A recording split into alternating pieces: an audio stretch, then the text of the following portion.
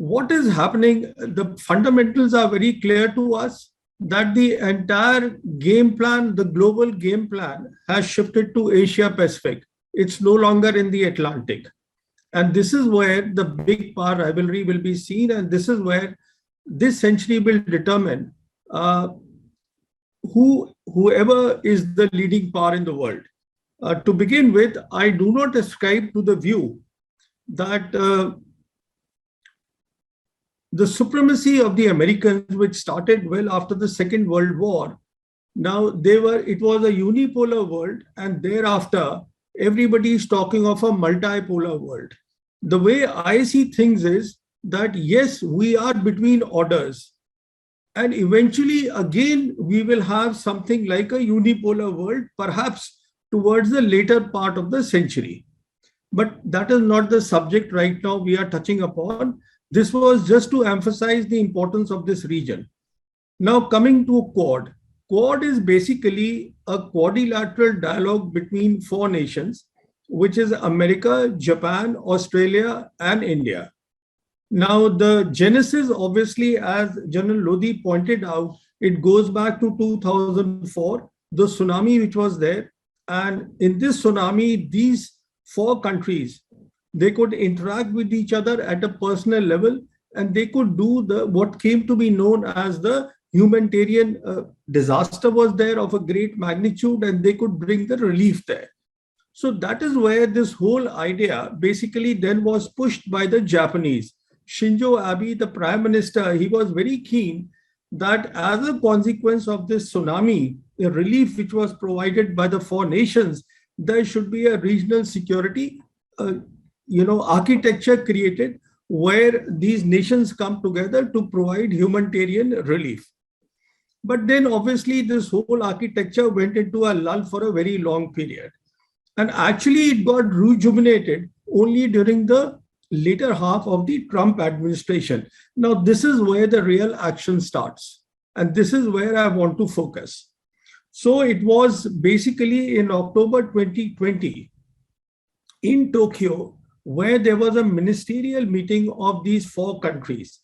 And this is where the then US Secretary of State, Mike Pompeo, he mentioned about formalizing Quad, and he mentioned about creating a security framework. And this is where for the first time the Americans said that we want to advance free and open rule-based order in the Indo-Pacific, rooted in international law. Now, this is important. Rule-based order. Who will determine the rule-based order? Will it be the United Nations or will it be the US? As of now, it seems that it will be determined by the Americans, and it also seems that even now, there is no clear definition of what exactly this rule-based order means. It has not been defined at all. But so be it. This is what happened towards the end of the Trump presidency.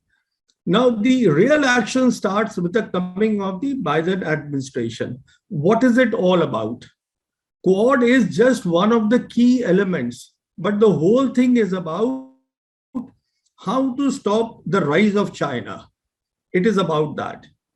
Now, the Americans are worried that there is a competitor in China in the Asia Pacific region, and this has to be stopped. And so exactly what are they trying to stop? As we all know, the BRI, the Belt and Road Initiative, it has three elements. It has a land element, which is the Eurasia mass. Now, here the Americans have really no interest in getting into the Eurasia landmass after they have withdrawn from Afghanistan. So this has been left to China, Russia, Turkey, Pakistan, Iran. These are the countries who will create some sort of architecture here. The second thread of the BRI is the Maritime Silk Road. Now, this is critical for the Americans. So what they want to do is they want to constrain the options of the PLA and the Chinese in the Western Pacific. And they want to deny the Maritime Silk Road in the Indian Ocean region.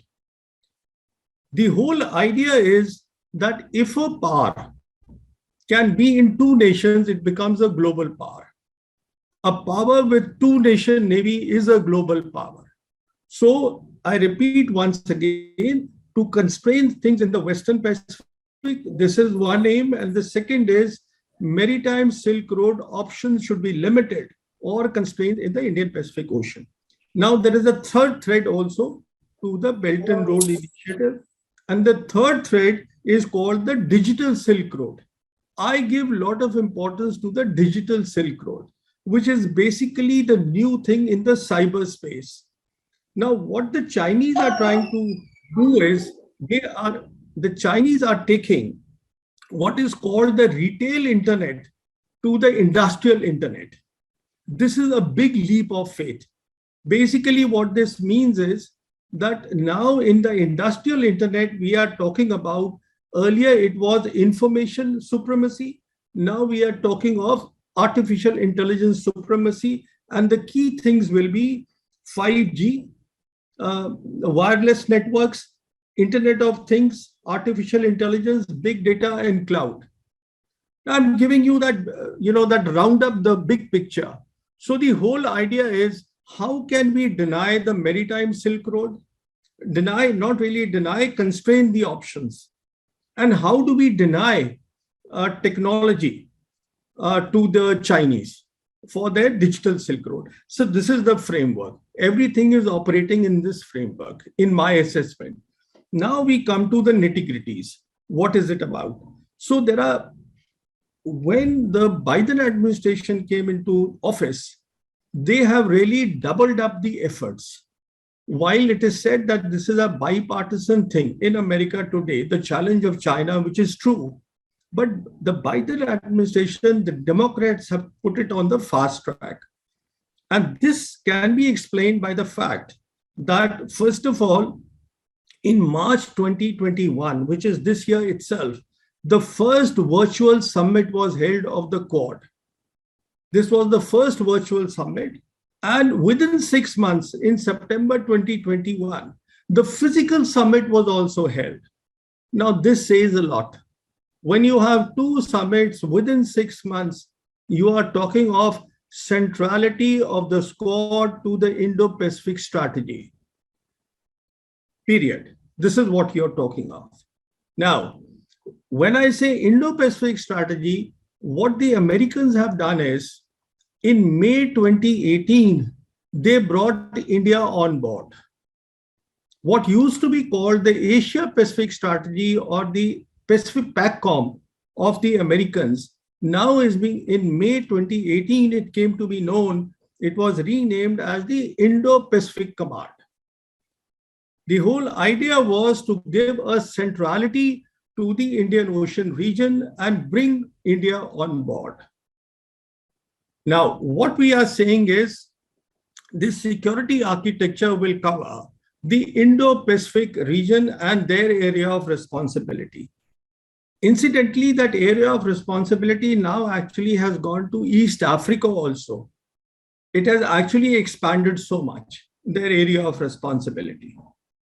So within this, there are 5 things happening, which are part of this to secure this architecture and to constrain, as I explained, the maritime Silk Road and the digital Silk Road. So the first thing is that the Biden administration came up with what is called the Pacific Deterrence Initiative. Now, what is this initiative? This initiative is that in the Western Pacific region, where you have these problem of South China Sea going on, where you have the Taiwan Straits, where you have the problem of East China Sea, all these problems are there. The worry of the Americans consistently has been that China has very powerful, what they call anti-access area defense capabilities. And this is what the Chinese call, the Chinese version of A2AD is the counter-intervention strategy. This basically means it involves a lot of missiles, land-based systems, land-based ballistic missiles, cruise missiles, all land-based. And it involves a whole lot of things, the emerging technologies like laser weapons, everything will come in this rubric. The idea is to keep the Americans constrained and to keep them as much away from the Chinese. Now, the worry of the Americans came about once the militarization of the South China Sea reclaimed islands, the islands which were reclaimed by the PLA, by China, they started militarizing it. This is when it was felt by the American military that today, once they have the missiles on these reclaimed island of South China Sea, they will be able to reach as far as Oceania, those 14 countries which are there around Australia. So this will be the reach. And so the first issue that came about was that because now there is a worry about the land-based missiles, two steps have to be taken. What were the two steps? The first step was in 2018, President Trump pulled out of the INF treaty. That was pulled out because it was felt that it was giving advantage to the Chinese, and which it was, because China was never part of that. This was done by the two blocs, the two superpowers during the Cold War. So this was one action. The second action was that there was a need to disperse the assets. Because if the Chinese were to get at one of the American bases, they could destroy their things in one go. So the idea was that instead of having few bases, then there is a need to have diffused assets in so many more bases. So this is what is called the Pacific Deterrence Initiative. This whole thing, that how do we disperse and we then create a deterrence of our own. So the idea was we will have our own hypersonic missiles, we will have land-based cruise missiles, land-based ballistic missiles, and what we will do is we will have them across the dispersed bases. This whole thing is being done to constrain the PLA within the Western Pacific Ocean. This is one thing. Now, the second initiative is what is known as the Five Eyes Intelligence Alliance, the alliance between Australia, Canada, New Zealand, UK, and US. Now, this is basically sharing of intelligence. This becomes very important. And one of the key things which will be shared is where is exactly the technology going? What is the problem with technology is, I'm just digressing to make the point. The problem with technology is that because now the world is entering into the fourth industrial revolution. See, the third industrial revolution was about the digital age, digitizations. Now we are talking of artificial intelligence and data. And the backbone of this fourth industrial revolution will be 5G. And Huawei 5G is by far, it has progressed far than the competitors. It has been adopted by a lot of BRI countries and even countries which are not part of BRI like Hungary. They are also now trying to get on board.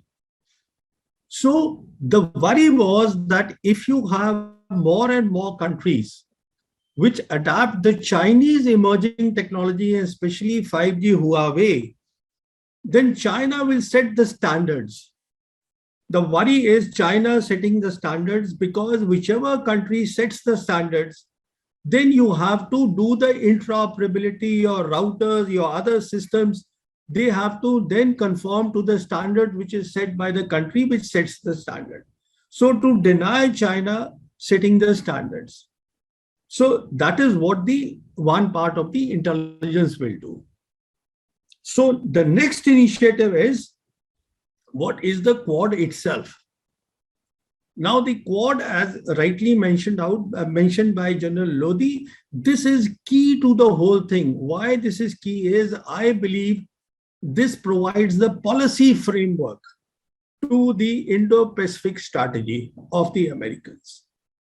And here, India will play a very important role in this strategy.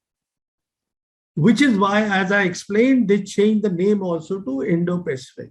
But this is a subject which we can perhaps tackle in the question answer session. So Quad is another initiative which is there.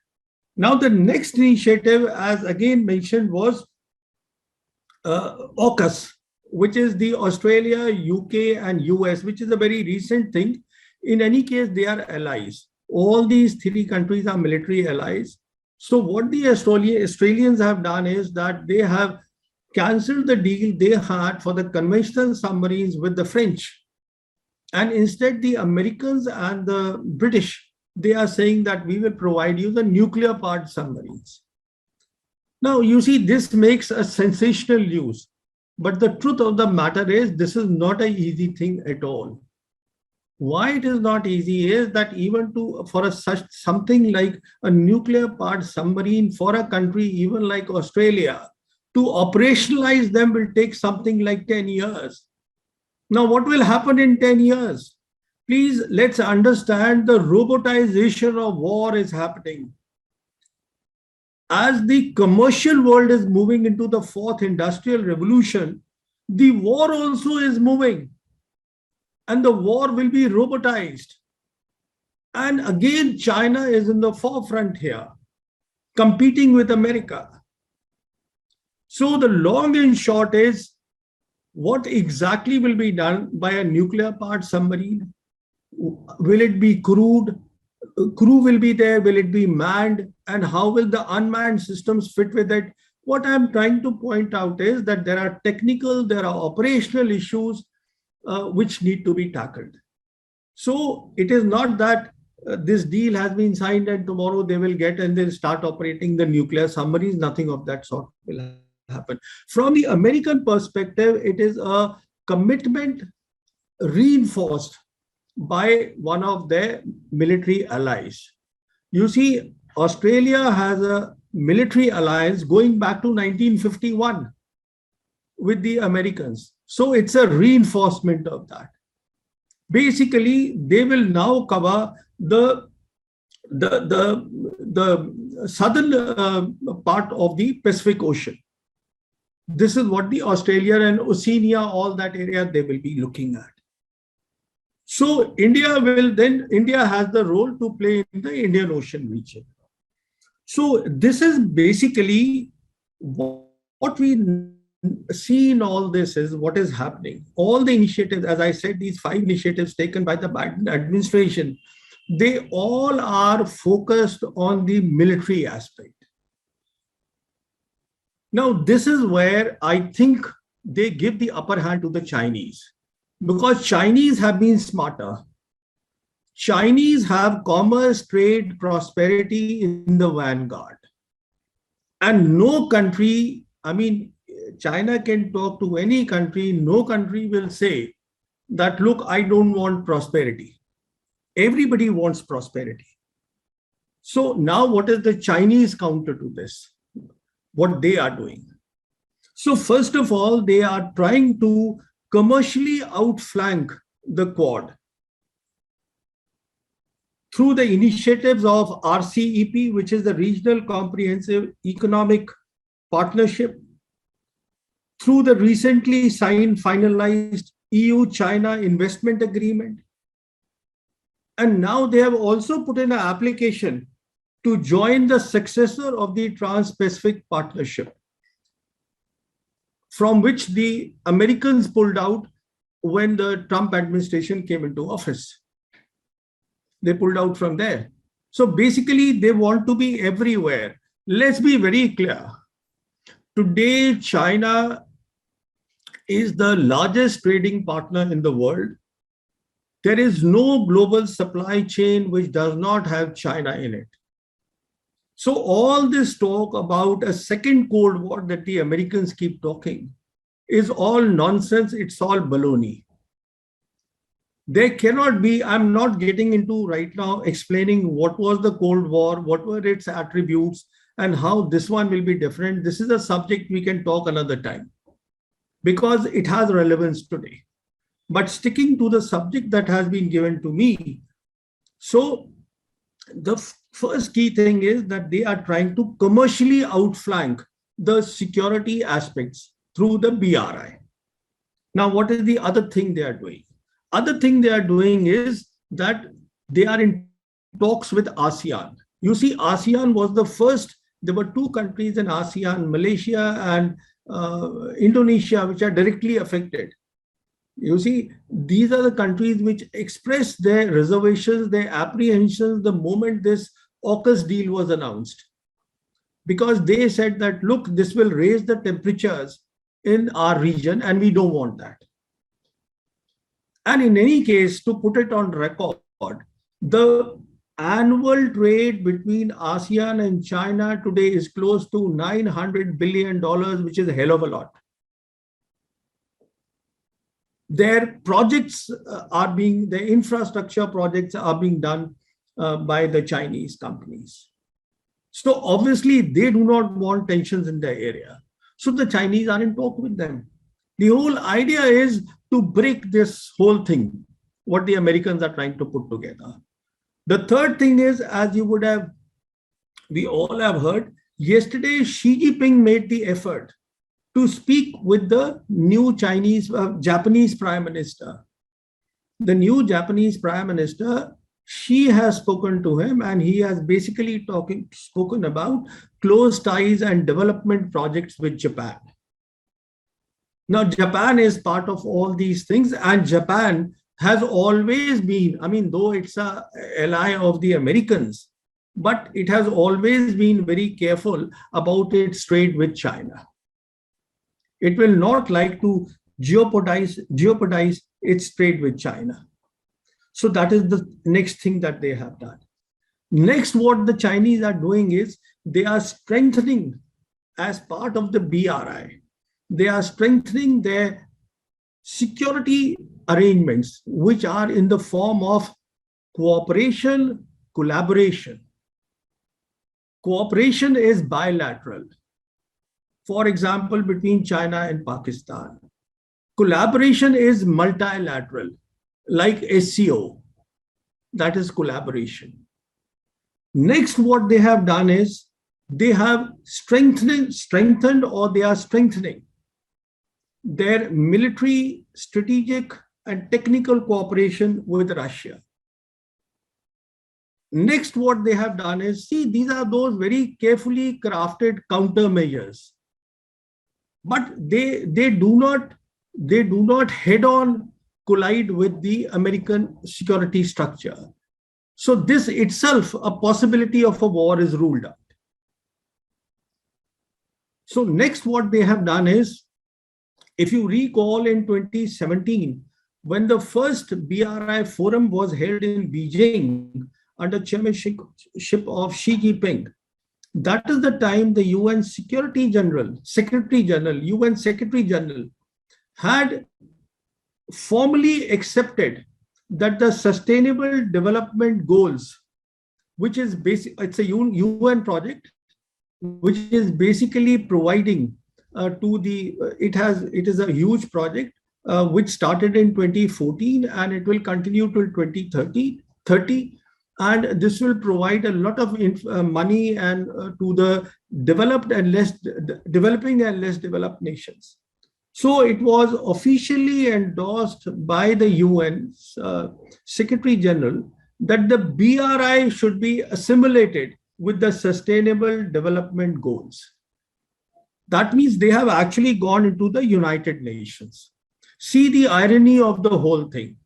The irony of the whole thing is that the Americans have created the UN after the Second World War. And it is now the Chinese who are basically playing a big role in the UN. This whole security architecture of the Americans is outside the UN. But the Chinese are involving the UN.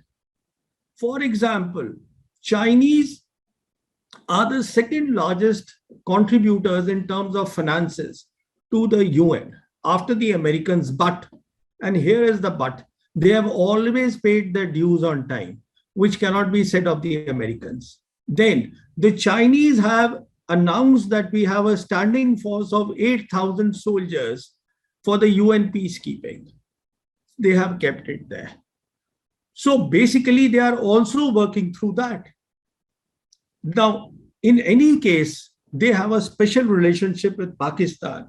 I don't have to dwell on that, but I am absolutely certain that if Pakistan, this is my assessment, don't take it amiss, if Pakistan can get its politics correct you have prosperity in your hand. This is the way I see it. You can do the connectivity to your CPEC and through the peace sub-sea cables that you are taking to East Africa. All this is doable. Because Gwadar will at some stage become the hub. How soon is up to the Pakistani state and their government, what they do with it. But the Chinese have been very clever. They opened a base which they call the logistics support system or base in Djibouti. What they have done by that is, first of all, it has proximity to Gwadar. And second, earlier they had the problem in the Strait of Malacca. They could bypass that through the Eurasian landmass, their connectivity there. Now they will be able to now guard all their traffic, the commercial traffic coming through the Europe to the Indian Ocean region by keeping an eye of Strait of Hormuz and the Bab al-Mandeb. That's the key, this thing, node is there. So basically, the Pakistanis are on one side, the Chinese, Djibouti are there. In any case, you see, they've been doing long voyages since 2008 under the garb of anti-piracy operations. The Chinese naval ships, where they could test their endurance, where they could test the waters of the Indian Ocean region. They have done the hydrographic surveys of this ocean, and then they have a logistic base in Djibouti. So the point I'm making is, what I'm trying to say is very simple, that the Americans have always been focused on the military aspect. Although President Biden has spoken about something called Build Back and Better World, which is abbreviated as B3W. You see, the point of the matter is that who will pay the money, what will happen, nothing will happen, in my assessment. It will just remain acronym what it is. So everything then boils down to, this is my last point on the Americans I want to make, everything boils down to what they call the integrated deterrence. What is integrated deterrence? Integrated deterrence is what they are looking at, how to fight a future war with China. And this is also known as joint or domain operations. And this is where eventually all these Quad countries will fit in. And their strategic partners like India will fit in. So the operational part, let's put it like this, as far as Americans are concerned, they have an Indo-Pacific strategy. The policy guidelines or the centrality to that is provided by the Quad, and the operational aspect will be provided by the integrated deterrence. And AUKUS and 5G, everything converges into this. On the other hand, what the Chinese have is an entirely different security system based on cooperation, collaboration, and commercially outflanking the Americans and ensuring that the partnerships that they are creating in the various regions, they do not fructify. This I have given a very broad overview of where Quad, where the security architecture fits in. And I'm very happy to get in the discussion. Thank you.